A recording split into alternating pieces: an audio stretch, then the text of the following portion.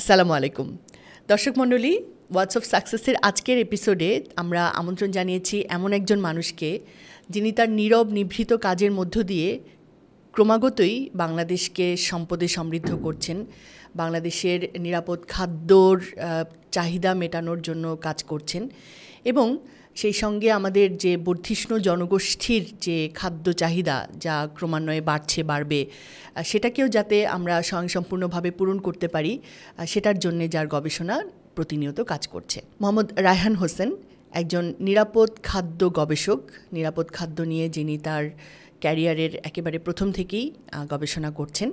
Doctor Mohammad Raihan Hossain উপপরিচালক হিসেবে কর্মরত আছেন বাংলাদেশ মৎস্য গবেষণা ইনস্টিটিউট কক্সবাজারে। গত ১.৫ দশক ধরে তিনি গবেষণা করছেন আধুনিক পদ্ধতিতে সমন্বিত প্রক্রিয়ায় স্বাদু ও লবণাক্ত পানিতে নিরাপদ মাছ, মৎস্যজাত দ্রব্য এবং সবজি উৎপাদন নিয়ে। এই প্রকল্প একদিকে যেমন নিশ্চিত করবে এদেশের মানুষের প্রয়োজনীয় পুষ্টি, সেই সাথে রক্ষা করবে পরিবেশের ভারসাম্য। শুধুমাত্র ভাতকে প্রধান খাদ্য বিবেচনায় তার উপর নির্ভরশীল না থেকে সুস্বাস্থ্যের জন্যে মানুষ যেন সামুদ্রিক খাবার ও কেমিক্যাল মুক্ত সবজি খেতে অভ্যস্ত হয়, সে লক্ষ্যে ডক্টর রায়হান গবেষণা ও নিরলস পরিশ্রম করে যাচ্ছেন বছরের পর বছর। এই উৎপাদন প্রক্রিয়ায় নারীদের অংশগ্রহণ বাড়াবে নারী কর্মসংস্থান ও স্বনির্ভরতা, ঘোচাবে দারিদ্র্য, এমনটাই স্বপ্ন দেখছেন মেধাবী ও পরিশ্রমী এই গবেষক। আজকে আমরা তার সম্পর্কে জানব এবং তার কাছ থেকে জানব যে এই যে নীরব নিভৃত কাজ তিনি করছেন, কেন করছেন, কি তাকে প্রেরণা যোগাচ্ছে এবং এই কাজগুলোর মধ্য দিয়ে তিনি তার অর্জনটা কী এবং ভবিষ্যৎ স্বপ্ন বা মন ছবিটাই বা কী। রায়হান ভাই, আসসালামু আলাইকুম। ওয়ালাইকুম সালাম। কেমন আছেন? শুকর, আলহামদুলিল্লাহ। আপনি নিরাপদ খাদ্য নিয়ে আপনার গবেষণার কথা আমরা শুনছিলাম এবং আমার একটা সুযোগ হয়েছিল যে আপনি যেখানে কাজ করেন আপনার সেই কাজ গবেষণার কিছুটা দেখার একটা সুযোগ হয়েছিল কক্সবাজারে, আপনার যে কর্মক্ষেত্র সেখানে।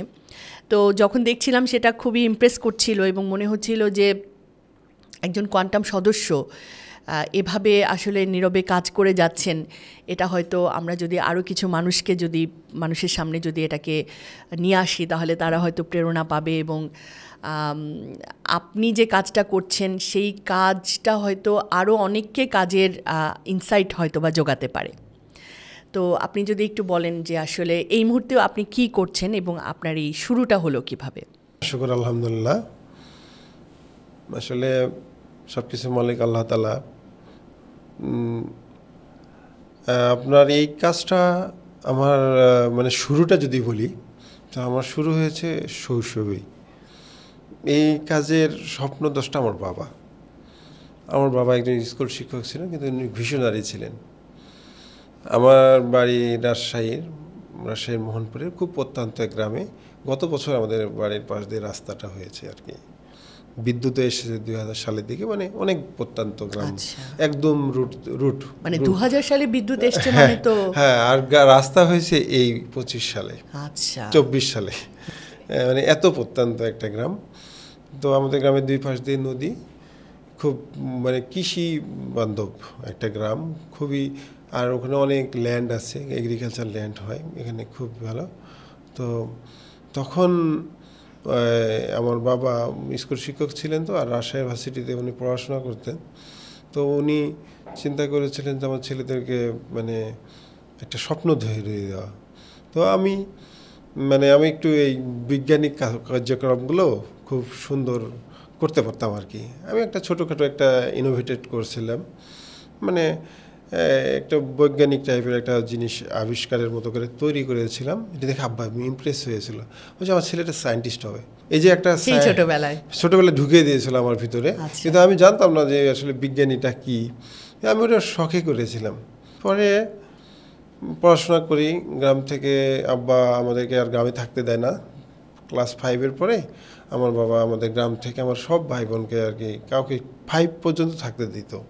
5 ভাই বোন, আমি দ্বিতীয়। আমার বড় বোন আছে, তারপর আমার বড় ভাই, আমি দ্বিতীয় ছেলে, তৃতীয় সন্তান। তো আমার বাবা আমাদেরকে পড়াশোনা করতে গ্রাম থেকে শহরে পাঠিয়ে দিল।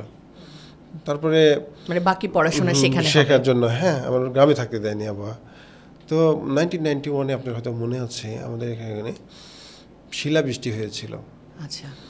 তো 1990 শিলাবৃষ্টি হয়েছিল বাংলাদেশে এবং জলোচ্ছ্বাস হয়েছিল, অনেক লোক মারা গেছিল আমাদের দক্ষিণে। হ্যাঁ, সেই বছর, হ্যাঁ সেই বছরও কিন্তু আবার শিলাবৃষ্টি হয়েছিল, প্রচণ্ড শিলাবৃষ্টি হয়ে আমাদের যে বিস্তীর্ণ, যে দেখলেন না যে আমাদের রাজশাহীতে ধানি জমি আছে অনেক, তো আমাদের ধান করেছিল, ধানগুলো শিলাবৃষ্টিতে সব মাটির সঙ্গে পড়ে গিয়েছিল, সমস্ত ধান, মানে একটা ধানও, নট এ সিঙ্গেল ধানের দানা ইয়ের সঙ্গে লেগেছিল, ধানের সঙ্গে, ফলে সব দানাগুলো মানে শস্যগুলো মাটিতে পড়ে গিয়েছিল। সকালে আমি উঠে দেখছি আমার বাবার মনটা খুব খারাপ, যদিও আমার বাবার শিক্ষক, কিছু তো বেতন পাই, তো চলতে পারছে, হয়তো আমার বাবার মনটা খারাপ হয়েছিল, তার আত্মীয় স্বজনের কী হবে, আমি না হয় চাকরি আছে, সবারই তো, মানে আমারও এখনও মনে হলে এটা আমার খুব কষ্ট লাগে যে আমাদের গ্রামের সব কটা মানুষের ধানের জমিতে ধান ছিল না।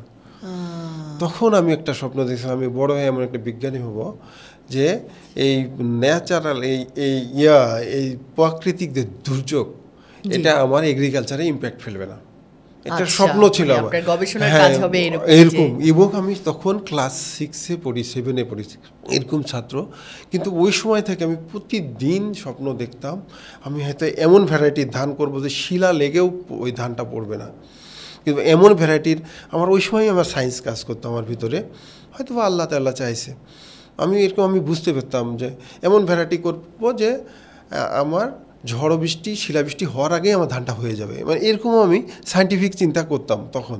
ওই যে মানুষের ক্রাইসিস, আমাদের এলাকার মানুষের ক্রাইসিস তো ইনোভেশনের মানে মাদার অফ ইনোভেশন, রাইট। পরবর্তীতে আমি আল্লাহর কি আমি এই এগ্রিকালচার ফ্যাকাল্টির রাজশাহী ইউনিভার্সিটির ফিশারিজ ডিপার্টমেন্টে চান্স পেলাম। আচ্ছা, ঠিক আছে, মানে খুব কম্পিটিশন ছিল, মাত্র 20 জন ছাত্র নিয়েছিল, আল্লাহ আমাকে সিলেক্ট করছে, পরে আমি ওখানে চান্স পেয়ে গেলাম ফিশারিজে। তারপর এখান থেকে আমি অনার্স করলাম, গ্র্যাজুয়েশন করলাম, গ্র্যাজুয়েশন করার পরে মাস্টার্সও করলাম ওখানে। মাস্টার্স করার পরে আপনার এই যে আমি প্রথম চাকরিটা পেলাম ওয়ার্ল্ড ফিশে, বিশ্ব যে মৎস্য সংস্থা এখানে ওয়ার্ল্ড ফিশে, তাদের সঙ্গে প্রথম কাজ করলাম যে উত্তরবঙ্গে, মানে ওখানে তো ওয়াটার কাসিটি আছে, ওয়াটার কম, ড্রাউট প্রন এলাকা, তো ওখানে কিভাবে অল্প পানিতে ধান খেতে ধানের সাথে মাছ চাষ, হিসেবে উপর কাজ করা শুরু করলাম। পরবর্তীতে ঢাকায় আসি, এসে আপনার একটা প্রতিষ্ঠানে কাজ করি, পরিবেশ নিয়ে কাজ করে CEGIS, এরা আমাদের যে EIA বলে যে এনভায়রনমেন্টাল ইম্প্যাক্ট অ্যাসেসমেন্ট করে, তারা যে কোনো স্ট্রাকচার করলেই যে পরিবেশগত যে ইম্প্যাক্ট পড়ে, বিরূপ প্রতিক্রিয়া পড়ে, এগুলি কীভাবে মিটিগেট করা যায়, ওভারকাম করা যায়, এটা নিয়ে কাজ করি 4 বছর। পরবর্তীতে আমার একটা আগ্রহ হলো যে আমি ফান্ডামেন্টাল কিছু কাজ করব। তখন আমি বাংলাদেশ মৎস্য গবেষণা ইনস্টিটিউটে 2012 সালের 16 এপ্রিল জয়েন করার পরে আমাকে তৎকালীন যে ডিজি মহোদয় ছিলেন শামসুল কিবরিয়া স্যার, উনি ইংল্যান্ড থেকে এই দেখে আসছেন যে মাছ দিয়ে গাছ উৎপাদন করা হয়। আচ্ছা, তো আমাকে এই দায়িত্ব দেওয়া হলো। কী রকম? যে বিষয়টা হচ্ছে যে আমরা যে মাছকে আমরা তো কি পুকুরে চাষ করি, তো মাছ যখন পুকুরে চাষ করি আমরা, তখন কিন্তু এই মাছের যে বর্জ্যগুলো নিচে মাটির সঙ্গে পড়ে যায়, দিয়ে পুকুরে গ্যাস হয়, বলে না গ্যাস হয়ে মাছ মারা গেছে, অ্যামোনিয়া তৈরি হয়। মাছ তো যেখানেই খায় সেখানেই গোসল করে, সেখানেই ঘুমায়, সেখানেই স্টুল ত্যাগ করে, মানে মলমূত্র ত্যাগ করে, ফলে ওদের একটু ঘনত্ব বেড়ে গেলে কোনো কিছু হলে মাছের এগুলোতে গ্যাস হয়ে মাছটা মারা যায়। তখন বিজ্ঞানীরা চিন্তা করলো যে আমরা যদি স্টুলগুলোকে সরিয়ে নিয়ে যেতে পারি তাহলে পানিটা পরিষ্কার থাকবে, অ্যামোনিয়াকে সরিয়ে ফেলতে হবে। এই অ্যামোনিয়াকে সরিয়ে নিয়ে যে মাঝখানে একটা ফিল্টার ব্যবহার করলো, বায়োফিল্টার। এই বায়োফিল্টারে 2 ধরনের ব্যাকটেরিয়া আছে, নাইট্রোসোমোনাস ও নাইট্রোব্যাকটেরিয়ার উপস্থিতিতে এই বর্জ্যগুলো ভেঙে গাছে সবসময় স্যালাইন আকারে খায়। গাছের 16টা মাইক্রো নিউট্রিয়েন্ট আছে, হ্যাঁ, এই 16টা মাইক্রো নিউট্রিয়েন্ট গাছ পরিবেশ থেকে নেয়। তার মধ্যে 3টা তো ওই যে অক্সিজেন, নাইট্রোজেন, হাইড্রোজেন, এগুলো অটো পায়, আর অন্যগুলো তো সে মূলরুমের মাধ্যমে মাটি থেকে এসে অ্যাবজর্ব করে। তো এইখানে কি করা হচ্ছে যে এই যে 16টার মধ্যে 10-11টাই নিউট্রিয়েন্টই আমরা এই গাছ মাছের যে বর্জ্য আর মাছকে যে অতিরিক্ত খাবার দেওয়া হয় এগুলো আমরা ওই বায়োফিল্টারের মধ্যে নিয়ে যাওয়ার পরে এটা ভেঙে আপনার গাছের ওই যে 16টার যে নিউট্রিয়েন্ট এই 16টার মধ্যে 13-12টা নিউট্রিয়েন্টই তৈরি করে দেয়, যেটা কিন্তু গাছ পরবর্তীতে ওই শেকড়ের মাধ্যমে ওগুলো অ্যাবজর্ব করে নেয়, নিয়ে পানির যে ঘনত্ব, পানির যে হার্ডনেস বলে, মানে এই আয়নের পরিমাণটা সে শেকড়ের মাধ্যমে অ্যাবজর্ব করে পানিকে আবার সে সফট করে দেয়। হার্ড পানিকে গাছ করে দিল সফট, এই সফট পানিটা আবার ঘুরে মাছের কাছে চলে যায়। মাছের জন্য দরকার সফট পানি আর গাছের জন্য দরকার হার্ড পানি, এই দুটোকে একসাথে লিঙ্কেজ করে গাছ এবং মাছ, এটাকে বোধহয় অ্যাকোয়াপনিক্স। জি, এই পদ্ধতিটাকেই আমরা আসলে অ্যাকোয়াপনিক্স বলতেছি। তো তারপর আপনার মানে স্যার এসে আপনাকে উদ্বুদ্ধ করলেন? জি, আমাকে বললো এটা করতে, তারপরে আমি এটা নিয়ে কাজ করলাম। যে এটা নিয়ে 5 বছর কাজ করেছি এবং আমি সাকসেসফুলি এটা করতে সক্ষম হয়েছি, গাছ দিয়ে মাছ উৎপাদন করতে সক্ষম হয়েছি। পরবর্তীতে আমার এই কাজটা এখন কি এটা হয়? প্রচলন আছে? জি জি, এখনও অ্যাকোয়াপনিক্স আছে, আপনার কিছু কিছু ছাদে আছে ঢাকা শহরে, এবং আপনি হয়তো দেখেছেন যে আমি অ্যাকোয়াপনিক্সের একটা নতুন ভার্সন নিয়ে কাজ করছি, সেটা হলো মেরিন অ্যাকোয়াপনিক্স। এই মেরিন অ্যাকোয়াপনিক্সটা আবার কী ধরনের, এটাকে একবার নতুন একটা টার্মস দিয়েছে IMTA, ইন্টিগ্রেটেড মাল্টিটপিক অ্যাকোয়াকালচার।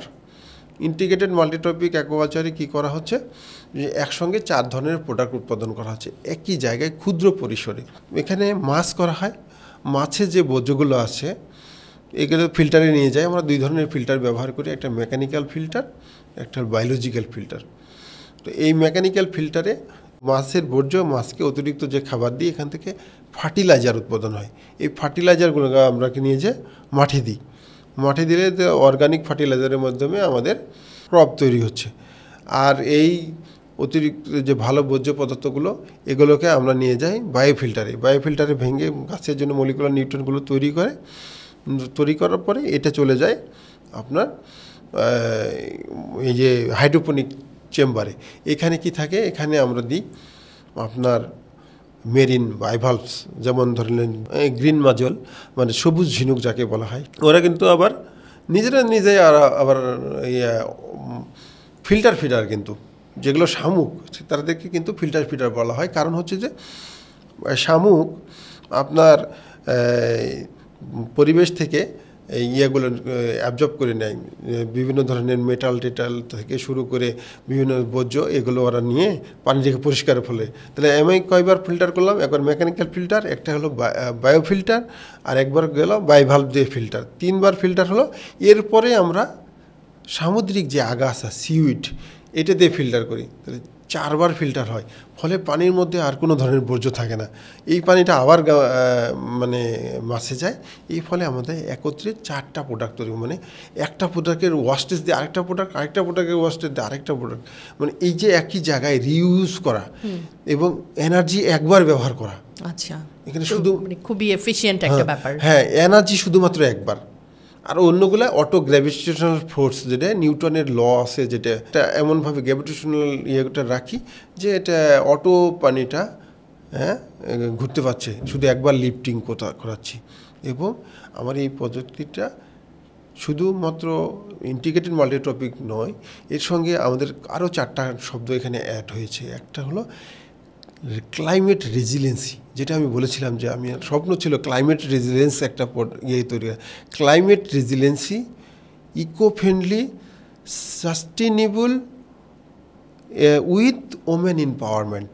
আচ্ছা আচ্ছা, যে কোনো SDG সবকটা গোল, প্রায় 8-10টা গোলকে SDG সাস্টেনেবল ডেভেলপমেন্ট যে গোল আছে তার ক্লাইমেট রেজিলিয়েন্স হচ্ছে যে মানে আবহাওয়া যাই থাকুক, মানে আপনি তো আমার ইয়েতে গিয়েছেন, আমি কি সুন্দর করে টিন দিয়ে সুন্দর করে অল্প খরচে ক্লাইমেট ইনডিফারেন্ট, হ্যাঁ, এটা হলো ক্লাইমেট সে রেজিলেন্স করছে। রেজিলেন্স করা মানে পরিবেশ যাই হোক তার সাথে সে রেজিলেন্স করা, মানে সাসপেনশন হয় না গাড়ির, যাই হোক ওই পরিস্থিতি সে কোপিং করবে, কোপ আপ করে পরিবেশের থেকে আমার সাস্টেইনেবিলিটিটা হচ্ছে যেটা চলবে অনেক বছর, হাজার বছর ধরে চলবে।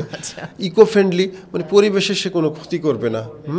দেখেন ওখান থেকে যে আমরা কার্বন অ্যাডাপশন করে নিচ্ছি, কিন্তু সে দেখেন প্রচুর কার্বন অ্যাডাপশন করছে। এই যে স্টুলটা, অ্যামোনিয়াটা, এটা তো গ্যাস করতো, আবার কার্বন ডাইঅক্সাইড, মিথেন গ্যাস ট্যাস তৈরি করতো। আমি কি করছি, ওটাকে নিয়ে যে সার তৈরি করে দিচ্ছি, তাহলে কার্বনটাকে আমি অ্যাবজর্ব করতেছি। এটাও কিন্তু একটা বড় গোল, যেটা ব্লু কার্বন বলে যাকে, মানে কার্বন অ্যাবজর্পশন করতে পারাটা কিন্তু একটা বড় টেকনিক পরিবেশের জন্য। এটা একটা বিশাল মানে ইমপ্যাক্ট। আমার এখানে কিন্তু সেটা হচ্ছে। আমি আবার তৈরি করতে পারছি, সি লেটুস, যেটা কিনা অনেক পরিমাণে অক্সিজেন দিচ্ছে বাতাসে। ফলে কী হচ্ছে, আমার অক্সিজেন উৎপাদন হচ্ছে, আবার কার্বন আমি নিয়ে নিচ্ছি। এটা কিন্তু খুব অ্যালাইন করে, ইকো ফ্রেন্ডলি টেকনোলজির সাথে অ্যালাইন করে। আবার আমার টেকনোলজি দেখছেন না, খুবই সিম্পল, একটা মহিলা তার পরিবারের বাচ্চা টাচ্চা রক্ষা করে সাথে সাথে ওটা চালাতে পারছে। আমার যা যা স্বপ্ন ছিল, এই স্বপ্নগুলোকে আল্লাহ তাআলা আমাকে এইভাবে করাইছে। 13 বছর লেগেছে আর কি এটা করতে। তো রায়হান ভাই, আপনি তো এই যে অ্যাকোয়াপনিক্স নিয়ে আপনার এখনকার কাজ নিয়ে যেটা বলছিলেন, তো আমি যেটা আপনার কাছ থেকে শুনছিলাম যে আপনি তো এর আগ পর্যন্ত আপনার কাজ গবেষণা সেটা তো একটা ধাঁচের ছিল। তো যখন আপনি মানে মেরিন রিসার্চে যখন আপনি ডেজিগনেটেড হলেন, তো প্রথম কিছু সময় সেটা আপনার মধ্যে এক ধরনের অনিশ্চয়তা বা এক ধরনের হতাশাও হয়তো বা তৈরি করেছিল, যে আপনার এত বছরের অভিজ্ঞতা, দক্ষতা, সেটার আর কি কোনো কাজে লাগবে কি না। তো আপনি সেই সময় আপনার কিছু মানে ভেতরকার অনুভূতির কথা বলছিলেন। এটা নিয়ে বলতে গেলে যদি আমি বলি, সেটা হচ্ছে যে আমি যখন এটা নিয়ে কাজ করি 2013-12 সালের দিকে, 13 সালে এপ্রিল থেকে শুরু করি, তখন কিন্তু ময়মনসিংহে আমি করতে পারছিলাম। কিন্তু যখন আমি পিএইচডি করতে আসলাম সাভারে, তখন আমার কাজগুলো হচ্ছিল না। আমি মাছ দিলে মাছও মরে যায়, গাছ দিলে গাছও মরে যায়। মাছ গাছ দিয়ে তো একসঙ্গে করতে হবে। আমরা নর্মাল কী করি, মাটিতে গাছটা লাগাই, আবার পানিতে মাছ দিই, তো বেঁচেই থাকে, তো হয়ে যায়। কিন্তু আমি আর টেকনোলজিটা কি, আমি সার দিব না, বিষ দিব না, নিরাপদ খাদ্য উৎপাদন করবো। আমরা যেটা নিয়ে কথা বলছি যে আমাদের টপিকসটা হলো নিরাপদ খাদ্য উৎপাদন। এটা কিভাবে নিরাপদ হলো, এখানে কোনো ধরনের সিনথেটিক ব্যবহার হচ্ছে না, কোনো ধরনের ইনঅর্গানিক ফার্টিলাইজার ব্যবহার করা হবে না, কোনো ধরনের কীটনাশক ব্যবহার করা হবে না। এটাই হলো আমাদের নিরাপদ খাদ্য। তো এই জিনিসটা কেন আমি করার জন্য এত উদ্বুদ্ধ, যে এই নিরাপদ খাদ্য উৎপাদন করবো, কারণ আমাদের যেন স্বাস্থ্যটা, হেলথটা ঠিক রাখে। তো এই কাজটা আমার হচ্ছিল না, কারণ আমার একটা স্বপ্ন ছিল যে ঢাকা শহর গাছ নাই, এখানে শুধু কার্বন বের হচ্ছে, কার্বন ডাইঅক্সাইড, অক্সিজেন কিন্তু কেউ দিচ্ছে না। তাহলে আমি যে বিল্ডিংয়ে বসে আছি, এই জায়গায় একটা গাছ ছিল, আজ থেকে 100 বছর, 200 বছর, আজ থেকে 50-30 বছর আগেও গাছ ছিল, কিংবা পুকুর ছিল, পুকুরে অনেক প্ল্যাঙ্কটন ছিল, শৈবাল ছিল, তারা অক্সিজেন দিচ্ছিল। কিন্তু এখানে যখন আমি এই বিল্ডিংটা করলাম, এই যা কিছু আছে সব কিছুতে কার্বন ডাইঅক্সাইড নিঃসরণ হচ্ছে, কিন্তু কার্বন ডাইঅক্সাইডের নিঃসরণের বিপরীতে অক্সিজেন নিঃসরণে তো কিছু করতে পারছি না। তখন আমি চিন্তা করলাম যে আমি মানে আমার পিএইচডি সুযোগ হয়েছিল, আমার ডিরেক্টর আমাকে বলেছিল যে থাইল্যান্ডে পিএইচডি করে এসো, আমার সুযোগ হয়েছিল, আমি যাইনি। আমি এই জন্যই জানি যে বাংলাদেশে এগ্রিকালচার, অ্যাকোয়াকালচারের মক্কা, মানে এটা মাতৃভূমি, উর্বর ভূমি, এখানেই সুযোগ আছে। তখন আমি চিন্তা করলাম যে আমার এমন রিসার্চ করব যে বাংলাদেশের জন্য ইম্প্যাক্ট ফেলবে, বাংলাদেশের ক্লাইমেট, বাংলাদেশের জিডিপি, বাংলাদেশের এগ্রিকালচার, বাংলাদেশের সাস্টেনেবিলিটি, ওমেন এমপাওয়ারমেন্টে এটা কাজ করবে। তো আমার এই উদ্দেশ্য ছিল যে ঢাকা শহরের যে ছাদগুলো আছে, এই ছাদগুলোকে গ্রিন করে ফেলবো, এবং ওদের যে ডেইলি মাছের নিড, প্রোটিনের নিড ওখান থেকেই পাবে, ওখান থেকেই সবজি পাবে, প্রোটিনটা ওখান থেকে পাবে। ফলে নিজের মাছ আর নিজের গাছ নিজেই খাবে। আমার স্বপ্নটা ছিল বড়, কিন্তু যখন আমি করতে আসলাম, তখন আমি এসে দেখছি যে আমার কাজটা হচ্ছে না, সামাও হচ্ছে না। আমি মাছ দিই, মাছ মরে যায়, গাছ দিই, গাছও মরে যায়। তারপরে হঠাৎ আমার এক ভাইয়ের সাথে পরিচয় হলো, উনি আমাদের কোয়ান্টামের সদস্য, কাজী আব্দুল হান্নান, উনি আমার বন্ধু। ওই ভাইয়ের সাথে পরিচয়। তো ওই ভাইকে আমি পাই নাই।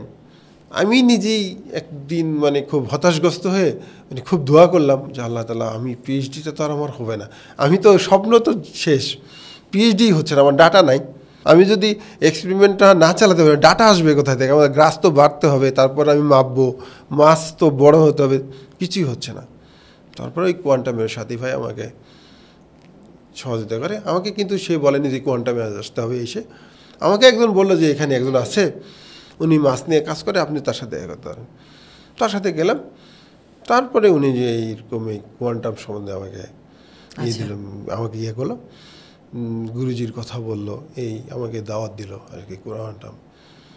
তার সঙ্গে ওনার সাথে এক্সক্লুসিভভাবে কাজ করলাম 3-4 বছর এক্সক্লুসিভভাবে কাজ করলাম। তখন এটা আল্লাহ তাআলার একটা মেহেরবানি, কীভাবে যেন আমার সব কিছু সাকসেসফুল হয়ে গেল।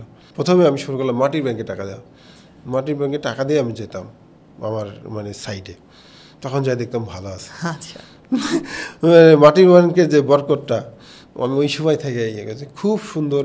আমার ওই সময়কার ছবিগুলো দেখাবো যে এত সুন্দর আমার গাছপালাগুলো হলো। তারপরে আমি সাকসেসফুল এটা করতে পারলাম। তারপরে ঢাকা শহরের 2-1 জায়গায় ছাদেও এগুলো করলাম। আপনার পিএইচডির ডেটাও আপনি পেয়ে গেলাম। পিএইচডির সমস্ত লেখা, থিসিস সব হয়ে গেল। হয়তোবা এই সামনে আমার সিন্ডিকেট হবে, হলে তখন সার্টিফিকেটটাও পেয়ে যাব। তো এই যে আমার স্বপ্নটা, এই স্বপ্নটা ছিল যে ক্লাইমেট রেজিলিয়েন্স। প্রথমেই বলছি যে আমাদের সমস্ত ধান পরিবেশের কারণে নষ্ট হয়ে গেছিলো, কিন্তু আমি আমার একটা টেকনোলজি এখন করেছি যে আপনার যে কোনো পরিবেশে যে কোনো জায়গায় এটা করতে পারবেন, এবং এটা আপনার পরিবেশ বান্ধব এবং খুব উৎপাদনশীল এবং লো কস্ট, লো এনার্জি, লো কার্বন ইমিশন, কার্বন অ্যাবজর্পশন। সবগুলো কিছুটা কনফ্লিক্টিং গোলও, সবগুলো কনফ্লিক্টিং গোল একসাথে অ্যাচিভ করার একটা সুযোগ আছে। তার সাথে এটা হচ্ছে ওমেন এম্পাওয়ারমেন্টের প্রচুর সুযোগ আছে। যেমন আমি যেটা সাউথে করছি, সাউথে মানুষগুলো সমুদ্রে যায় হান্টিং করতে, কিন্তু মহিলাগুলো বসে থাকে। তারা অনেক সময় স্বামীরা সমুদ্রে মাছ ধরতে যে মারা যায়, তখন তারা আর কিছু করার সুযোগ থাকে না। যদি আমাদের সরকার কি করে, আমার এই টেকনোলজিটা যদি নারীদেরকে দেয়, তারা একসাথে ঝিনুক, সিউইড, মাছ এগুলো উৎপাদন করে তাদের জীবিকাটা সহজেই নির্বাহ করতে। কারণ আমাদের 180 কিলোমিটারের বিরাট বড় একটা শোর আছে। এই শোরের পাশে, সমুদ্রের পাশে আমরা যদি এরকম কিছু এন্টারপ্রেনার তৈরি করতে পারি 100-200, আমার তো লক্ষ্য যে 1 লক্ষ এন্টারপ্রেনার যদি তৈরি করতে পারি, তাহলে আমরা একটা নতুন মার্কেট ক্রিয়েট করতে পারবো যে সেফ ফুডের। তার সাথে নতুন জীবেরও ইন্ট্রোডিউস করতে হবে। যেমন আমরা সিউইড কি এটা বুঝি না। আচ্ছা, সিউইড ব্যাপারটা নিয়ে আমি আপনার কাছে একটু জানতে চাইবো যে আমরা জানি যে পৃথিবীর অনেক দেশে পুষ্টি চাহিদা পূরণের জন্য এই সিউইড এটাকে তারা খুব গুরুত্ব দিচ্ছে। পাশাপাশি আপনি নিরাপদ খাদ্য উৎপাদন নিয়েও যেহেতু কাজ করেন, এটাকে বলা হয় যে নিরাপদ খাদ্য উৎপাদন অন্যতম একটা উৎস, নিরাপদ খাদ্যের উৎস। সিউইডটার ব্যাপারে আমাদের দেশে আসলে কতটুকু কাজ হয়েছে, বা এই কাজে আপনার কি কন্ট্রিবিউশন? ধন্যবাদ। এটা আসলে এখন খুব বার্নিং কোশ্চেন, ওটা ওয়ার্ল্ডে। সিউইড আমরা যদি এটাকে বলতে ইতিহাসে যেতে হবে যে আমাদের যদি সৃষ্টির যে ইতিহাস, জীবের যে ইতিহাস, সেটা কিন্তু সমুদ্র থেকেই ক্রিয়েট হয়েছে। বায়োলজিক্যাল সায়েন্সের কথা, ইভোলিউশনারি লাইনের কথা দিয়ে বলতে গেলে তো আপনার জীবের উৎপত্তি পানি থেকে। এটা আমাদের মনে হয় কোরআনেও এরকম বলা আছে যে জীব পানি থেকেই আসে। পানি থেকে উৎপন্ন হওয়ার কারণে সমুদ্র সব কিছুতে প্রথমে উৎপন্ন হয়েছে, তারপর আস্তে আস্তে এগুলো টেরিস্ট্রিয়ালে চলে এসেছে। আস্তে আস্তে নদী থেকে ল্যান্ড থেকে পাহাড়, এভাবেই কিন্তু সব কিছু সমুদ্র থেকেই উপর দিকে উঠে এসেছে। এই জন্য আমরা কিন্তু সমুদ্রের পাড়ে গেলে উদ্বেলিত হয়ে যাই, তাই না? সমুদ্রের সাথে আমাদের ডিএনএর একটা কানেকশন আছে। তো সমুদ্রের যে কোনো জীব, তার যে পুষ্টিকর নিউট্রিশনাল ভ্যালু, সেটা হলো আপনার স্বাদু পানির থেকে এটা হায়ার, মোর দেন 1000 টাইম 100 টাইম হায়ার। হ্যাঁ, তো সমুদ্রের যে আপনার যে উদ্ভিদটার কথা বললেন, এটা সিউইড বলে, এটাকে অ্যালগি বলা হয়। হ্যাঁ, অ্যালগি। তো এগুলো টু মাচ নিউট্রিশিয়াস এর মধ্যে কি আছে? এর মধ্যে ফাইবার আছে, কোলাজেন আছে, এর মধ্যে মাইক্রো নিউট্রিয়েন্ট আছে, এর মধ্যে লাইফ ফোর্স আছে, যেটা কিনা মেজার করা যায় না। আপনি মায়ের লাইফ ফোর্সকে ক্যালকুলেট করতে পারবেন না। এটা হলো গড পার্টিকেলের মতো আর কি। লাইফ ফোর্স কখনো ক্যালকুলেট করা যায় না। এগুলো এর মধ্যে আছে। এর মধ্যে ক্যালসিয়াম আছে, এর মধ্যে এই সিউইডের এমন প্রপার্টিস আছে যে কেউ যদি সিউইড ভক্ষণ করে তাহলে তার চুল কালো হয়ে থাকবে অনেক দিন, সাদা হবে না, পাকবে না সহজে। তারপরে আপনার হাড়ের গঠন মজবুত হবে, দাঁত সুন্দর থাকবে, অ্যান্টি এজিং হিসেবে কাজ করে, কারণ এর ভিতর প্রচুর পরিমাণে অ্যান্টি অক্সিডেন্ট থাকে। অ্যান্টি অক্সিডেন্টের কাজ হচ্ছে যে আমাদের যে সেলের বুড়িয়ে যাওয়াকে, বৃদ্ধ হয়ে যাওয়া, মানে সেলের পচন রোধ করে। অ্যান্টিঅক্সিডেন্টের কাজই হচ্ছে সেলের পচনটা রোধ করে, ইয়াং দেখাবে। এর ভিতরে আবার ফাইবার আছে। ফাইবারের কাজ কি, আপনার যে বাইল, আমাদের যে আমাদের খাবার দাবার করি যদি হজম হতে চায় না, আপনি যদি এই সিউইড খান হজম হবে। তারপরে আপনার হলে কোলাজেন আছে। কোলাজেন মানে হচ্ছে আমাদের ত্বকের যে ভাঁজ হয়ে যায় আমি যদি এই সিউইডটা খাই। তাহলে এই জন্য আমাদের এই বাংলাদেশে জাপানিজ বিভিন্ন এন্টারপ্রেনার আসছে যে আমাদের টাকা নাও, কত $1 বিলিয়ন নিবে, কত কী নিবে, আমাদের তুমি সিউইড দাও। কারণ আমাদের সিউইড হচ্ছে পৃথিবীর সবচেয়ে নিরাপদ সিউইড, সবচেয়ে নিরাপদ সিউইড। এবং হ্যাঁ, কারণ আমাদের এখানে কোনো কন্টামিনেশন হয়নি। এরকম কন্টামিনেশন ওদের ওখানে একবার সুনামি হলো, সুনামি তেজস্ক্রিয়তা ওদের সমুদ্রে গিয়েছে, ওরা ওই জন্য ওটা খেতে, আমরা যেরকম ভাত ছাড়া থাকতে পারি না, ওরা সিউইড ছাড়া থাকতে পারে না। সিউইড হলো এত পুষ্টিকর, জন্য জাপানিজরা $1 বিলিয়ন খরচ করবে সিউইড খাওয়ার জন্য।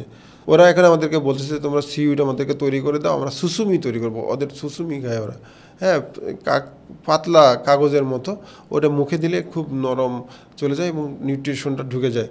এবং আপনি অল্প খেয়ে আপনার শরীরের মধ্যে পুষ্টিগুণটা বেশি হবে।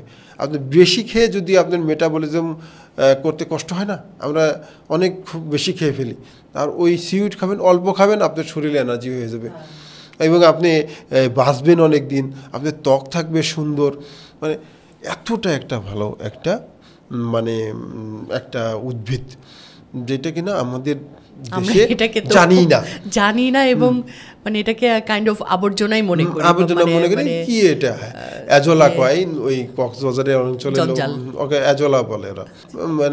এটা দিয়ে খেতে হয় এটা যে, কিন্তু এটার পর একটা সুন্দর ইতিহাস আছে। আমাদের যে এথনিক পিপুলগুলো আছে, যারা আমাদের ওই যে রাখাইন, মগ, এরা আবার খায়, এরা এটা জানে। তারা কিন্তু ওই যে আমি বললাম না সবুজ ঝিনুক, এটাও ওরা খায়। হ্যাঁ, কারণ কি, আপনি যদি বলতেছে যে একটা সবুজ ঝিনুক যদি আপনি খান, আপনার বাসায় ডাক্তার আসবে না, লাগবে না, বুঝতে পারছেন?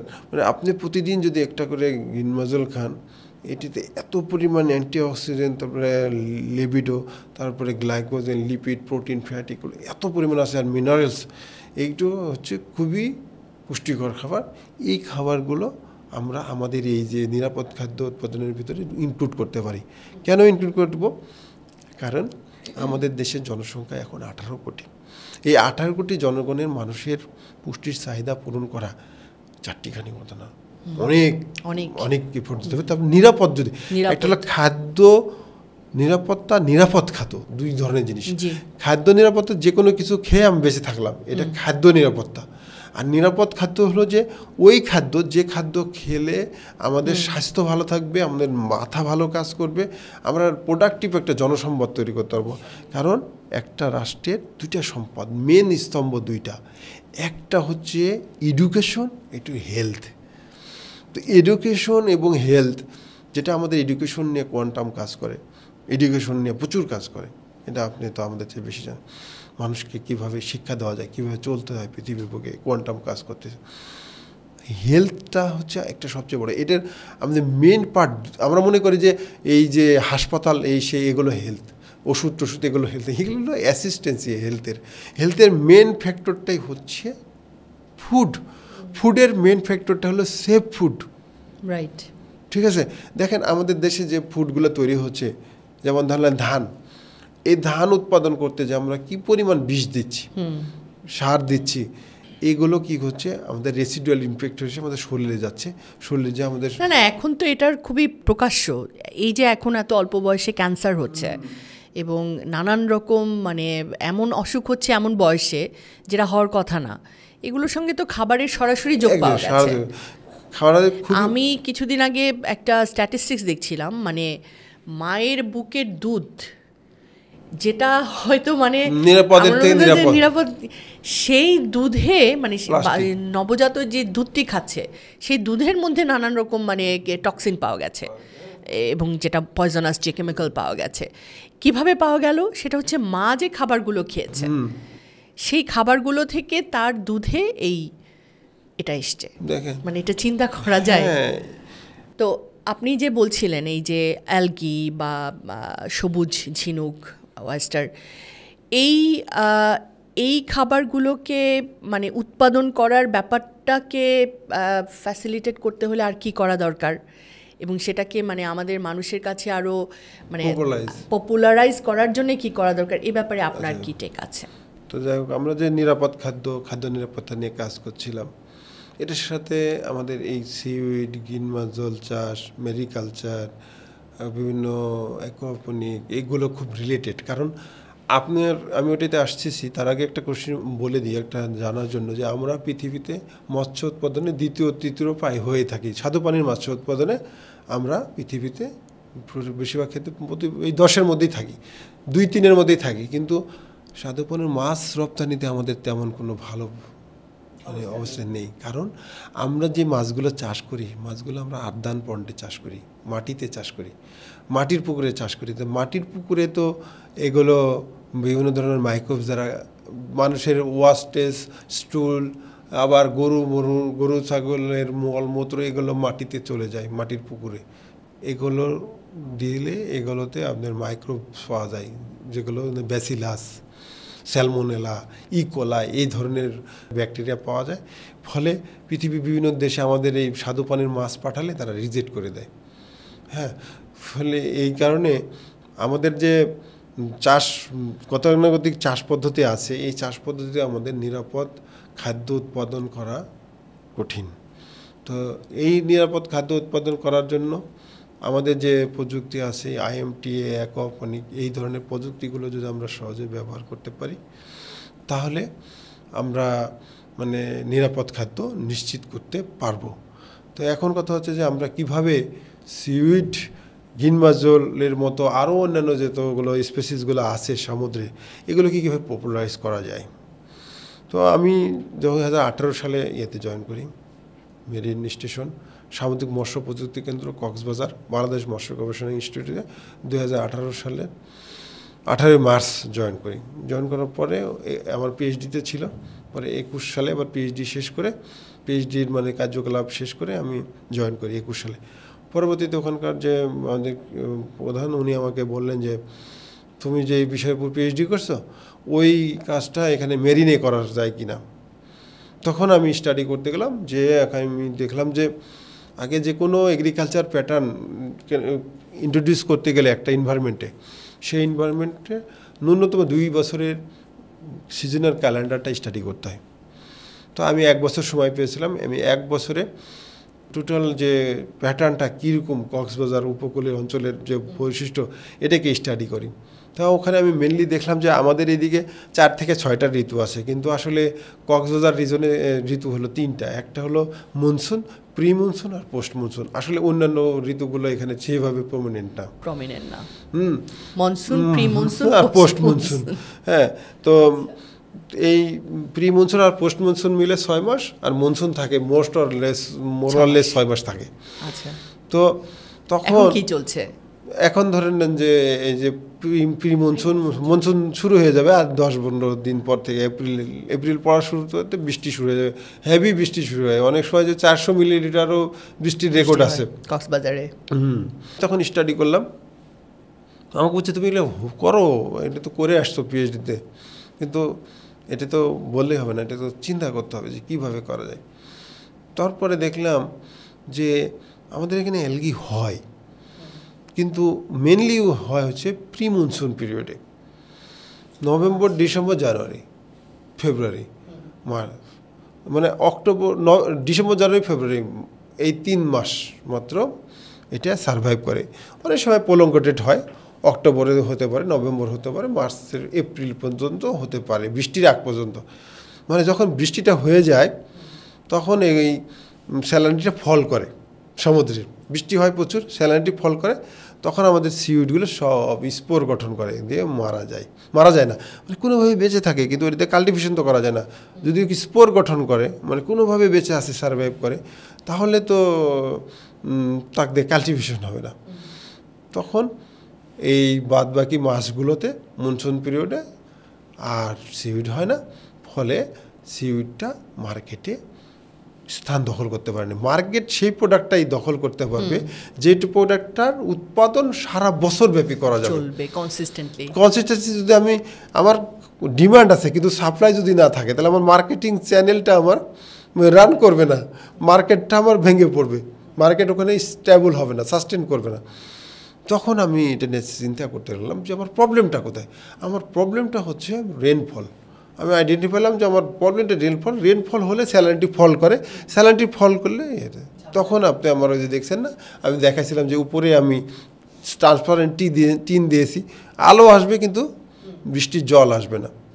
মানে জল যদি না ইনোকুলেট হয়, মানে ফ্রেশ ওয়াটার ইনোকুলেট যদি না হয়, তাহলে আমার স্যালারিটিটা রাউন্ড দ্য এয়ার 28 তো 88 থাকে যাচ্ছে। ফলে আমি রাউন্ড দ্য এয়ার সিউইডটা উৎপাদন করতে সক্ষম হলাম, রাউন্ড দ্য এয়ার গ্রিন মাজল উৎপাদন করতে সক্ষম হলাম। মানে যখন আপনার বৃষ্টি পর হেভি রেনফল হয়, তখন গ্রিন মাজল ওয়েস্টারের উপরেও একটা ইম্প্যাক্ট ফেলে, ওরাও লো স্যালারিটিতে আপনার মারা যায়। ফলে আমি এই যে একটা টেকনোলজি, আমাদের এই টেকনোলজিটা যখন প্রথম করি, কারণ কি আমাদের সমুদ্রটা আমাদের বাংলাদেশের সমান 1,18,000 বর্গ কিলোমিটার। এই সমুদ্রটাকে আমরা আনএক্সপ্লোর, আর টোটালটা মিলে তো আরও এই সাতক্ষীরা থেকে শুরু করে টেকনাফ পর্যন্ত বিশাল। এই উপকূলে যদি আমরা আমাদের এই মেরিন অ্যাকোয়াপনিক বা IMTA পদ্ধতিতে যদি আমরা মাছ, ঝিনুক, সিউইড একত্রে উৎপাদন করতে পারি, এবং এগুলো যদি ওম্যান অপারেটেড হয়, তাহলে আমাদের একটা বিশাল জনসংগোষ্ঠী একটা মানে ইকোনমিক কার্যকলাপের মধ্যে ইনভলভ হয়ে যাচ্ছে। ফলে আমাদের যে সমস্যাটা ছিল কি, আমরা সারা বছর সিউইডও দিতে পারতাম না, গ্রিন মাজলও দিতে পারতাম না। আপনি যদি বলেন একটা বড় সোনারগাঁ প্যান প্যাসিফিক কন্টিনেন্টাল লেকে আমি আপনাকে গ্রিন মাজল দেবো, সিউইড দেবো, হ্যাঁ খুব ভালো দেন, কত দিতে পারেন ভাই, আমি মাসে 1 কেজি দিব, 2 কেজি, 5 কেজি, 100 কেজি, ভাই প্রতিদিন দিতে হবে। প্রতিদিন যেদিন দিতে পারবো, তখন ওই মার্কেটটা আমার সে এগ্রিকালচার প্রোডাক্টের মার্কেট ধরতে পারবো। হ্যাঁ, এগ্রিকালচার কিন্তু একটা এন্টারপ্রেনারশিপ, একটা উদ্যোগ। এই উদ্যোগের একটা বৈশিষ্ট্য হচ্ছে রেগুলার বেস। যেমন আপনার বাসায় যে দুগ্ধ দেয়, গরুর দুধ, এই যদি প্রতিদিন না দেয়, আপনি কিন্তু একটু মন খারাপ করবেন যে ভাই আমার বাচ্চার তো আজকে দুধটা আসলো না, আপনি একটু মন। তো এরকম আমি ভালো জিনিস আমার গ্রিন মাজল, আমার সিউইড, আমার সামুদ্রিক মাছ, কিন্তু এটা আমাদের রেগুলার প্রতিদিন করতে হবে, সেটা আমি তৈরি করতে সক্ষম হয়েছি। এই কাজটা করা কিন্তু খুব কঠিন ছিল। আমার 13 বছর লেগেছে, PhDর কাজ করেছি, 5 বছর কাজ করেছি ময়মনসিংহে। আমি মেডিটেশনের মাধ্যমে জিনিসটাকে আমি আস্তে আস্তে নিয়ে এসে, এবং আমি আমার কর্মক্ষেত্রে আমার এখন যা কিছু করি আমি ধ্যানের মাধ্যমে করার চেষ্টা করি। এবং আমার একটা ধ্যান, একটা স্বপ্ন যে বাংলাদেশের মানুষ নিরাপদ খাদ্য খাবে। কীভাবে খাবে? যেহেতু আমাদের বিস্তীর্ণ, আমাদের বাংলাদেশের সমান একটা আছে, সমুদ্র আছে, আমাদের শোর লাইনটা বিশাল। আমরা যদি এরকম ছোট ছোট ছোট ছোট ছোট করে একটা করে ইউনিট, একটা করে মহিলাদেরকে করে দিতে পারি, কিংবা সরকার ইনভেস্ট করে দিল, সমস্যা কি? কত জায়গায় না সরকার ইনভেস্ট করে, এগুলো ইনভেস্ট করে নারীদেরকে দিল, তাহলে ওম্যান এম্পাওয়ারমেন্ট হলো। আমরা তো ডোনারদের কাছ থেকেও টাকা পাবো যে হ্যাঁ ওম্যানদেরকে দেওয়া হচ্ছে। ব্লু কার্বন কথাটা তো এখন আমাদের পৃথিবীতে ক্লাইমেট রেজিলিয়েন্স এই শব্দ দিয়েও তো আমরা এটা হলে গ্লোবাল প্ল্যাটফর্মে আমরা অনেক হ্যাঁ আমাদের এই পদ্ধতিটা কিন্তু আমাদের নাইজেরিয়ায় চলে গেছে সারা পৃথিবীতে ওয়ার্ল্ড ফিশের মাধ্যমে। আচ্ছা, আমার এই টেকনোলজিটা ওয়ার্ল্ড ফিশের মাধ্যমে এখন নাইজেরিয়াতে প্র্যাকটিস করা হচ্ছে। হ্যাঁ, বাংলাদেশের ওয়ার্ল্ড ফিশের মাধ্যমে, যেহেতু ওখানেও পানির সমস্যা আছে। তো আমরা যদি এই ধরনের মরুভূমির মতো জায়গাগুলোতে এগুলো করি, তাহলে মরুভূমির মানুষরা সবজি মাছ পাচ্ছে। আমাদের যদি ঢাকা শহর, চিটাগাং শহর, রাজশাহী শহর, খুলনা শহরের ছাদগুলোতে ওয়ালে কারণ আমাদের কিন্তু নেচারের উপর কিছু তো দায়িত্ব আছে, আমরা নেচারটাকে ধ্বংস করেছি, এখন নেচারকে কিছু দিতে হবে, আমাদের সবুজায়ন করতে হবে, আমাদের ইকো ফ্রেন্ডলি সাস্টেনেবল বিষয়গুলো এই বিষয়গুলোর দিক যেতে হবে। যদি আমার একটা মানে এগ্রিকালচারিস্ট হিসাবে আমার একটা অ্যাজাম্পশন, আমরা যদি মানে আমরা কিছুক্ষণ আগে এটা নিয়ে আলোচনা করছিলাম যে আমরা কি হয়েছে ধান নির্ভর আর কার্বোহাইড্রেট নির্ভর জাতিতে পরিণত হয়ে গেছি, কিন্তু আমরা মাছে ভাতে বাঙালি ছিলাম, মানে আমাদের এখানে প্রচুর মাছ হতো, কিন্তু পরবর্তীতে কি হলো গ্রিন রেভলিউশন বলে একটা কথা আসলো 1965-এর দিকে, বেড়িবাদ করা হলো আর ধানের চাষের সময়টা চেঞ্জ করে দেওয়া হলো। আগে কিন্তু বাংলাদেশে 2 ধরনের ধান হতো, আউশ আর আমন, এই 2 ধরনের জাতের ধান হতো। আমন আর আউশটা হলো এনভায়রনমেন্টাল ফ্রেন্ডলি, কারণ ওই সময় বৃষ্টিপাতটা হয়, ওই বৃষ্টিপাতের সময় আমাদের যে ধানটা করতাম আল্লাহর বৃষ্টিতে আমরা ধান করতাম, উৎপাদনশীলতা ছিল 8 থেকে 10 মণ প্রতি বিঘাতে, মানে 33 শতক জায়গায়। এখানে আমরা এটাকে 30 মণে নিয়ে গেছি। কোন সময় নিয়ে গেছি? আমরা কাল্টিভেটের পিরিয়ডটা চেঞ্জ করে নিয়ে চলে গেছি ড্রাই সিজনে। ড্রাই সিজনে তো বৃষ্টি হয় না, তাহলে পানি পাই কোথায়? গ্রাউন্ড থেকে তুলি। তো গ্রাউন্ড থেকে তুললে কী হচ্ছে, গ্রাউন্ডের স্তরটা নিচে নেমে যাচ্ছে, আর ওই পানিটা তো আমাদের তোলার জন্য রাখা হয়নি, আমাদের পৃথিবী ব্যালেন্স রক্ষার জন্য রাখা। ওটা আমরা তুলতেছি, 1 কেজি ধান উৎপাদন করতে, চাল উৎপাদন করতে 1 টন 2 টনের মতো পানি খরচ হয়ে যাচ্ছে। তাহলে আমার এই পানিটা আবার এই পানিটা যদি ওই যেখান থেকে তুলছি ওখানে যেতে প্রায় কয়েকশো বছর লেগে যায়, অনেক বছর লাগে ফিল্টার হয়ে ওই স্তরে যেতে, কয়েকশো বছর। হ্যাঁ, তাহলে আমার তো এটার আমার অধিকার নাই। আসলে ওটা ছিল না, তো আল্লাহ তাআলা যেটা নরমাল করেছিল, তুমি আওসামন সময় যেটুকু ধান হয় ওটাই খাও। আমাদের আগে লাল চালের ধান হতো, আমাদের রাজশাহী অঞ্চলে দেখতাম যে দিঘা ধান বলতো, লাল লাল হতো, বিরোহী ধান বলে ময়মনসিংহ অঞ্চলে। এই ধানটা হলো খুব ফাইবার আছে, এটার হেলদি, এবং আমাদের তো কার্বোহাইড্রেট অত বেশি দরকার নাই। ফলে আমরা কি করতেছি, আমরা বন উজাড় করে এই ধানি জমিতে প্রচুর ধান চাষ করছি ড্রাই সিজনে, প্রচুর বিষ দিচ্ছি, সার দিচ্ছি, এগুলো আমাদেরকে ধুয়ে নদীতে চলে যাচ্ছে, পুকুরে যাচ্ছে। ফলে মাছ সব আমাদের মারা গেছে, মাছে ভাতে বাঙালিটা আর নাই, কারণ মাছ কিনে খেতে হচ্ছে। আর মাছে ভাতে বাঙালি কেমন ছিল, মাছ পুকুর নদী থেকে মারবে, পুকুর থেকে মেরে এসে খাবে বিনা পয়সায়, এইটাকেই মাছে ভাতে ছিল। ফলে কী হলো, আমরা এই কাল্টিভেশনে গেলাম, শুধু ধান উৎপাদন করলাম, মাছের দিকে আর নজর দিলাম না, ফলে মাছ শেষ হয়ে গেল। তো এখন কি করতে হবে? এখন তো মানুষকে আর সহজে আনা যাবে না এখানে ফেরত, তাহলে আমাদেরকে কী করতে হবে? আমাদেরকে সমুদ্রের দিকে নজর দিতে হবে, আমাদেরকে সেই প্রিমিটিভ যুগে চলে যেতে হবে, হান্টিং করতে হবে সমুদ্র থেকে। হান্টিং করে আমরা মাছ নিয়ে আসবো, সিউইড নিয়ে আসবো, এই সিউইডগুলোকে আমরা আবার সরে কালচার করব, এগুলোকে পপুলারাইজ করব, পরে আমরা সাবস্টিটিউট করে দেব ধানের জায়গায় আমরা এগুলোকে দিয়ে দেবো। আর ধানের চাষের জমি যেগুলোতে আমন হতো, আউশ হতো, এই জমিগুলোকে আমরা কী করব, আমরা পেঁপে জাতীয় বিভিন্ন ফলের গাছ আছে, পেয়ারা আছে, সবজি আছে, এগুলোর দিকে যাব। যখন আমরা পেঁপেতে 1 কেজি পেঁপেতে উৎপাদন করতে 28 থেকে 30 কেজির মতো পানি লাগে, যেখানে পানি লাগে 1000 কেজি ধানে। হ্যাঁ, আর দেখেন পেঁপেটা আপনি কাঁচাও খেতে পাচ্ছেন, পাকাও খেতে চাচ্ছেন, যে কোনো ফেজে পেঁপেকে রান্না করেও খেতে পাচ্ছেন। আর তাছাড়া মানে এত বেশি কার্ব ইনটেক করা, এটা কিন্তু মানে স্বাস্থ্যের জন্য ভালো নয়। তো এই ফলে তো আমার ডায়াবেটিসটা কেন এত বাড়ছে? হ্যাঁ, কারণ আমি নিজেই ছোটোবেলায় দেখছি, আমাদের লাল চালের ভাত খেতাম আমরা, খুব মিষ্টি ছিল চালগুলো, ওগুলো ডায়াবেটিস হবে না। এই যে বর্তমানে যে সাদা চাল যেটা আমরা খাই, এটা তো মানে এটা আসলে সুগারের নামান্তর। মানে আমাদের মানে ফরেস্টেশন বাড়াতে হবে, মানে এগ্রিকালচার ফরেস্ট্রি যেটা বলে, অ্যাগ্রো ফরেস্ট্রি, সেটার দিকে মনোনিবেশ করতে হবে, তাহলে আমার নিরাপত্তা বাড়বে। কারণ তাহলে কী হবে, ওই যে পেঁপের গাছে পিপিলিকা উঠতেছে, ওইখানে আবার মৌমাছি আসতেছে, ওইখানে আবার আপনার টিকটিকি আসতেছে, পাখি পড়তেছে, তাহলে আমার ইকোলজিটা মেনটেন হচ্ছে। কিন্তু ধানে তো তা হচ্ছে না, খালি বিষ মারছি তাই ইল্ড বাড়াচ্ছে। আমার তো ইল্ডের দরকার নাই, আমার হলো কোয়ালিটি ফুডের দরকার। হ্যাঁ, তাহলে আমার যখন এগুলো ফরেস্টেশন করব, আর আমরা মেরিনকে হারভেস্ট করব, আর যতটুকু সম্ভব মেরিকালচার করার চেষ্টা করব। আর হচ্ছে যে আমরা সরে ওমেনদেরকে দিয়ে এই IMTA পদ্ধতিতে আমরা নিরাপদ এই যে মাছ, সিউইড, গ্রিন মাজল, আরও সমস্ত পৃথিবীর সমুদ্রের যত প্রাণী আছে সবই কিন্তু আমার পদ্ধতিতে করা সম্ভব। যত প্রাণী আছে ধরলেন যে যদি সেরকম বড় আকারে করা যায়, একটা বড় শার্কও করা যাবে, মানে ওইটা এমন একটা পদ্ধতি যে একটা বেসিক যে কোনো কিছু দিয়ে করা। তো এইটা আমরা যখন করতে পারবো তখন কি হবে, তখন আমার একটা সাবস্টিটিউট হবে রেগুলার বেসিসে যখন ফিল্ডে এইটা ঢুকবে মার্কেটে। এখন কিন্তু মার্কেট নাই, ডিমান্ড আছে, কারণ প্রডিউসার নাই, গ্রিন মাজেল আর ওয়েস্ট সিউইডের প্রডিউসার নাই। তো এইগুলোর প্রডিউসার আমাদেরকে সরকারিভাবে অনুদান দিয়ে এই মহিলাদেরকে দিয়ে এইগুলো উৎপাদন করতে গেলে মহিলা ওরিয়েন্টেড, মহিলারা ইজিলি এটা করতে হবে, খুবই সফট, খালি একটা সুইচ দেবে হয়ে যাবে, আর একটু খাবার দেবে মাছকে। তো এই পদ্ধতিতে যদি আমরা করতে পারি তাহলে আমরা মার্কেটটা ধরতে পারবো। মার্কেটটা ধরতে পারলে তখন আমাদের একটা কাজ আছে, সে হলো ফুড ইঞ্জিনিয়ারিং। আমরা কিন্তু ফুড উৎপাদন করি, প্রচুর ফুড উৎপাদন করি, কিন্তু আমরা খাওয়া জানি না। আচ্ছা, যেমন ধরলেন যে আমি একটা সহজ উদাহরণ দিই, যেমন টমেটো, এটা একটা ফল।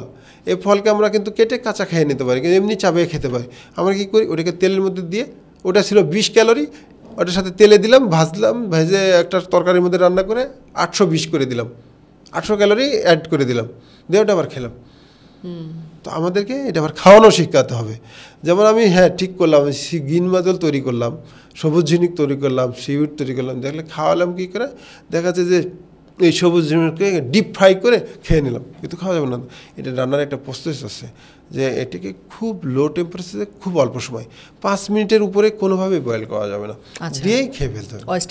ওয়েস্টার গ্রিন মাজল এগুলোকে, এবং স্কুইড, বিভিন্ন শামুক, আল্লাহ তাআলা কিন্তু কোরআনে বলেছে সমস্ত সমুদ্রের সমস্ত প্রাণী হালাল, যত যা আছে সাপ ব্যতীত সমস্ত প্রাণী, মানে সমুদ্রের কাছিমও আমাদের জন্য হালাল করা আছে, সিউইড, গ্রিন মাজল, ওয়েস্টার সব হালাল করা আছে।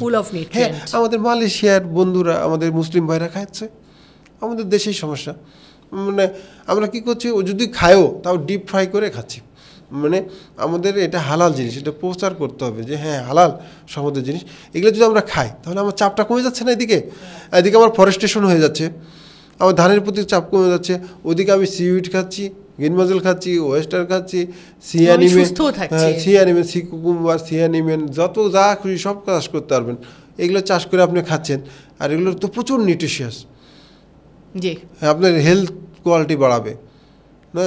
তো আমাদের সমুদ্রের উপরে নির্ভরশীল হতে হবে, আমাদের যে ল্যান্ডের পুরে চাপ কমে সামুদ্রিক দিক যেতে হবে, সমুদ্রের জিনিসগুলোকে অভ্যস্ত করতে হবে।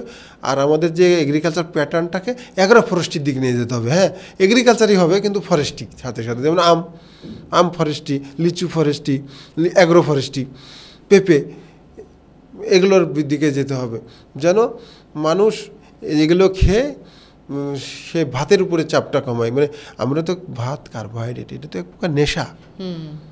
যেমন ধরো আমরা এই যে বিভিন্ন ধরনের পানীয় খাই, কোমল পানীয়, যে কোকা কোলা, স্প্রাইট, সে বিভিন্ন কিছু আছে না, এগুলো তো নেশা।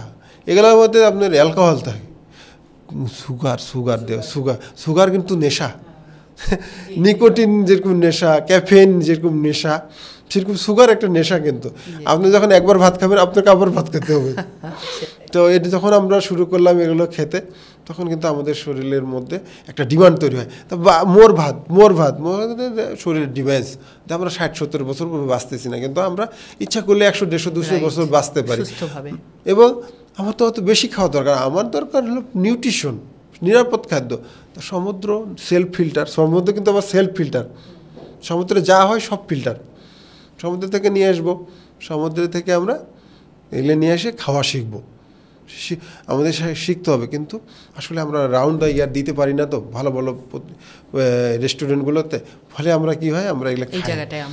আর আমাদের ধর্মীয় কিছু স্টিগমা আছে যে এটা মনে হয় হারাম। কিন্তু বড় বড় আমিও কোরআন শরীফ সাইটেড করি, মাঝে মাঝে দেখি যে কোথায় না কোরআনে হালাল করা আছে। সমুদ্রের সাপ ছাড়া, সাপ ব্যতীত সমস্ত প্রাণীকেই মোটামুটি আল্লাহ তাআলা আমাদের জন্য হালাল করেছেন। তো হালাল জিনিসকে আমরা হারাম করে দিয়েছি। আমাদের কিন্তু অবস্থান ছিল বেহেশতে, ওইখানে কিন্তু আমাদের আদম আলাইহিস সালাম থাকতেন। এটা আমাদের অ্যাকর্ডিং টু কোরআন, যে তখন তিনি কি খেতেন, ফল খেতেন। খেতে খেতে একটা ফল খেয়েছে গন্ধম, তারপরে চলে আসতে হয়েছে। দেখেন আবার সিমultaneously আমাদের প্রফেট মুহাম্মদ সাল্লাল্লাহু আলাইহি ওয়াসাল্লাম, ওনার প্রিয় খাবার ছিল কিন্তু ফল। উনি কিন্তু খেজুরটা ভালো পছন্দ করতেন, আঙ্গুর পছন্দ করতেন, আমি এরকম শুনছি। লাউ খেতেন, সবই ফল। ঠিক আছে? আমরা আবার কি করছি, হ্যাঁ ঠিক আছে আমার মুখে মুখে সবই ঠিক আছে, আমি আল্লাহ রাসূল এই সেই, কিন্তু আমি বাস্তব জীবনে যখন মানতে বলছি যে আপনি ফল খান, পেঁপে তো ফল, ফলটা খান না, লাউ খান। এটা ঠিক, আমাদের আসলে মানে ভাতের উপরেই আমাদের কনসেন্ট্রেশনটা এত বেশি যে আমরা অন্যান্য খাবার মানে আমরা মনে করি না, খাদ্যই মনে করি না, যেটার ইম্প্যাক্টটা পড়ে কিন্তু আসলে আমাদের এই যে জাতিগত স্বাস্থ্যের উপরে আমরা মানে, এবং আজকাল আপনি দেখবেন যে ডায়াবেটিস বা এই যে অসংক্রামক ব্যাধিগুলো এগুলো কিন্তু সমাজের সর্বস্তরে, আগে আমরা হার্ট ডিজিজ হয়তো বড় লোকের রোগ, কিন্তু তা না, কিন্তু এখন মানে সমস্ত শ্রেণী পেশার মানুষের মধ্যেই আপনি দেখবেন হৃদরোগের প্রবণতা, ডায়াবেটিসের প্রবণতা, ব্লাড প্রেশারের প্রবণতা, এবং এগুলো কিন্তু গ্রোয়িং কনসার্ন, এবং আলটিমেটলি এটা জাতীয় অর্থনীতির ওপরই আবার একটা চাপ। হ্যাঁ, মানে আপনি যদি হেলথ না ঠিক রাখেন, আপনি যদি এডুকেশনটা ঠিক না রাখেন, তাহলে আপনার সব শেষ, ইম্প্যাক্টেড হবে। হ্যাঁ, কারণ আপনার একটা জনসংখ্যা আছে, জন্মগ্রহণ করছে, সে সন্তানটা বিকলাঙ্গ,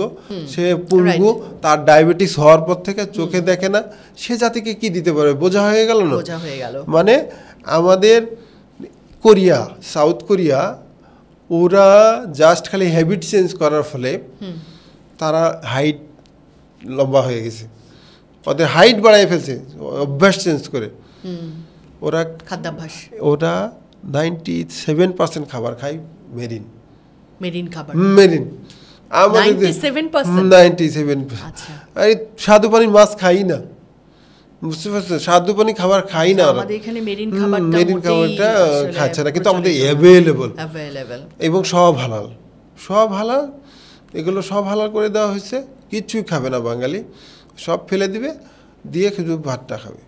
তো এখন আমাদের কি করতে হবে? আমাদেরকে এই শিক্ষা সচেতনতা বাড়াতে হবে, আর সরকারকেও কৌশল নিতে হবে, স্ট্র্যাটেজি নিতে হবে যে কিভাবে sustainable agriculture, eco friendly, sustainable, women in empowerment, এই জিনিসগুলো কাভারেজ করা যায়, কোন প্রজেক্টগুলো, সেগুলোকে এমফাসাইজ করতে হবে। আমার তো সব প্রজেক্টে দিতে পারবো না, আমাদের তো সীমাবদ্ধতা আছে। তাহলে এখন আমাদের প্রথম প্রায়োরিটাইজ করতে হবে হেলথের উপরে। হেলথের মেন প্রায়োরিটি হচ্ছে সেফ ফুডের উপরে। সেফ ফুড আমাকে ইনশোর করতে গেলে আমার সমুদ্র ব্যবস্থা করতে হবে, ব্লু ইকোনমি যেটা বলা হয়। সমুদ্র, আমরা যদি সমুদ্রকে ব্যবস্থাপনা সঠিকভাবে না করতে পারি, সমুদ্র ব্যবস্থাপনা বলতে গেলে টেরিস্ট্রিয়াল থেকে সমুদ্র পর্যন্ত দুটোই কিন্তু ব্যবস্থাপনা। দেখেন, আপনি যেটা বললেন না যে আপনি সিউড সারা বছর কীভাবে দেবো, এটার জন্য আমি আবার রাজশাহী অঞ্চলে যে আলু চাষ আছে না, আমি এটা অনেককেই পরামর্শ দিই। দেখেন, আলু চাষ হয় নভেম্বর, ডিসেম্বর, জানুয়ারি, ফেব্রুয়ারি, এই 4 মাসের মধ্যে আলু হয়ে শেষ। সারা বছর 18 কোটি মানুষের খাওয়াচ্ছে কীভাবে?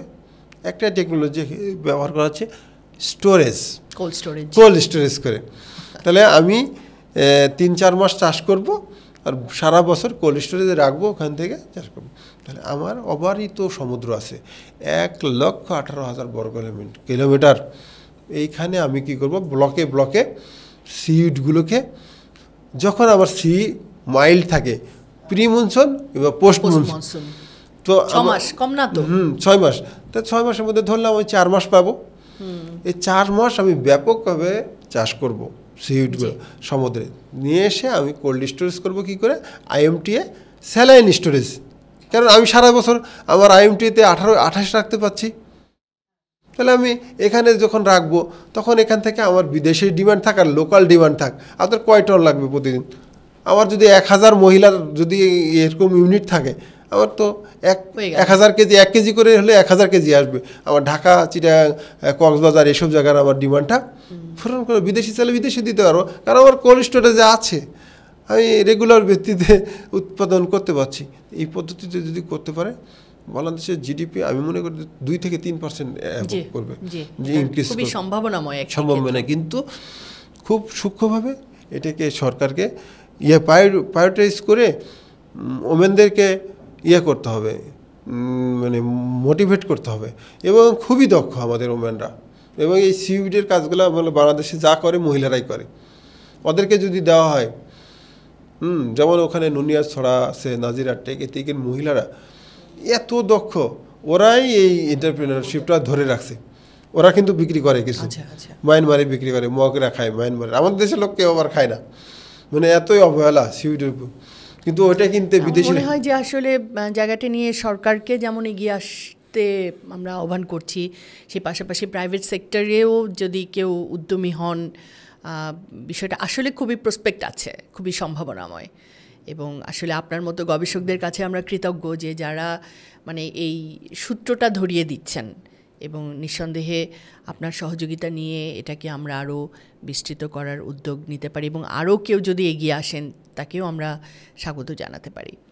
তো রায়হান ভাই, আমরা খুবই কৃতজ্ঞ আজকে আপনি আমাদের সময় দিয়েছেন, এবং আপনার মানে মেডিটেশনের অভিজ্ঞতার কিছুটা তো বললেন, যে যখন আপনার ক্যারিয়ারের সময়গুলোতে যে মানে যখন আপনার নতুন কোনো আইডিয়ার প্রয়োজন হয়েছে, একটা মানে সমস্যার একটা নতুন সমাধানের প্রয়োজন হয়েছে, সেই সময়গুলোতে আপনি মেডিটেশনের সহযোগিতা নিয়েছেন। তো আমরা আশা করি আপনার জন্য আমরা এটাই প্রার্থনা করি যে সামনেও আপনি যখন আরও নতুন নতুন বিষয়গুলো নিয়ে ভাবনায় ডুবে যাবেন, সেই সময় আসলে মেডিটেশনের আত্মমগ্নতা আপনাকে আরও সাহায্য করবে। তা আপনি একদম আপনার শেষ, যদি আমরা দর্শকদের উদ্দেশ্যে আমরা যদি আপনার কাছ থেকে একটু পরামর্শ চাই যে আসলে কেন মেডিটেশনটি করা দরকার, এবং মেডিটেশন করে তিনি যেই ক্ষেত্রে আছেন সেই ক্ষেত্রে কিভাবে তিনি আরও বেনিফিটেড হতে পারেন, এই ব্যাপারে আপনি যদি খুব সংক্ষেপে। আসলে সেটা তো সংক্ষেপে বলা খুবই কঠিন। তারপরে আমাদের জীবনটা মানে একটা হলো সায়েন্স, লিভিং অফ সায়েন্স, যেটা কোয়ান্টাম, আমাদের বাংলাদেশে কোয়ান্টাম মেথড আমাদেরকে জীবনযাপনের বিজ্ঞানটা শেখায়। তো জীবনযাপনের বিজ্ঞান শিখতে গেলে আমাদের যে মস্তিষ্ক আছে, এই মস্তিষ্কর যে নিউরন, এগুলো আপনার কুল করতে হয়। এটাকে কুল করার মানে কুলিং সিস্টেম অফ মানে মানে মাইন্ড, মানে ব্রেন, মানে আমাদের মস্তিষ্ককে নিউরনকে কুল করার জন্য দরকার হলো মেডিটেশন। আমরা যখন মানে এই যে নিউরনের যে সিনাপসিসের মাধ্যমে যে বন্ডিংটা, এগুলো যত বেশি হবে তত আপনার মাথায় কাজ করবে ভালো। এজন্য মেডিটেশন করতে হবে। মেডিটেশন রেগুলার ভিত্তিতে করতে হবে প্রতিদিন। মানে আমাদের ভাবার দরকার নাই হবে কি হবে না, করতে থাকতে হবে। থাকলে আমার মাথাটা কুল হবে। কুল যখন হবে, আপনার ঠান্ডা মস্তিষ্ক আর উষ্ণ হৃদয়, আমাদের যেটা বলেন গুরুজি, ঠান্ডা মস্তিষ্ক যখন ঠান্ডা থাকবে আর হৃদয়ে যখন ভালোবাসা থাকবে, হ্যাঁ, তখন কিন্তু তার জন্য এই বিশ্ব ব্রহ্মাণ্ডের সমস্ত শক্তি তার জন্য কাজ করবে। যা আমার যে একটা ভালোবাসা, আমার একটা লাভ ছিল যে আমার ফার্মারদেরকে বেনিফিটেড কীভাবে করা যায়, আমার জীবনের মোটো ছিল, লক্ষ্যই ছিল এটা। আমি এটা একলাই করতে পারিনি। এটা আমাকে যখন মেডিটেশন করেছি, রেগুলার ভিত্তিতে করেছি, প্রতিদিন একই সময়, মোরলেস 1-2 মিনিট এদিক ওদিক, তখন কিন্তু সেটা আমাকে প্রতিনিয়ত যে চ্যালেঞ্জগুলো আসছে, একটা কাজ করতে গেলে তো চ্যালেঞ্জ আসবেই, চ্যালেঞ্জ ছাড়া তো কোনো কাজ নেই। আমার ভাত খাওয়া তো একটা চ্যালেঞ্জ, সঠিকভাবে ভাতটা পেটে পর্যন্ত দেওয়া একটা চ্যালেঞ্জ। তো এটা যে সঠিকভাবে করা, যে আমার কাজের প্রবলেমটা কোথায় সেটা খুঁজতে পারার জন্য মাথাকে কুল করতে হবে। কুলের জন্য মেডিটেশন করতে হবে, ধ্যান করতে হবে।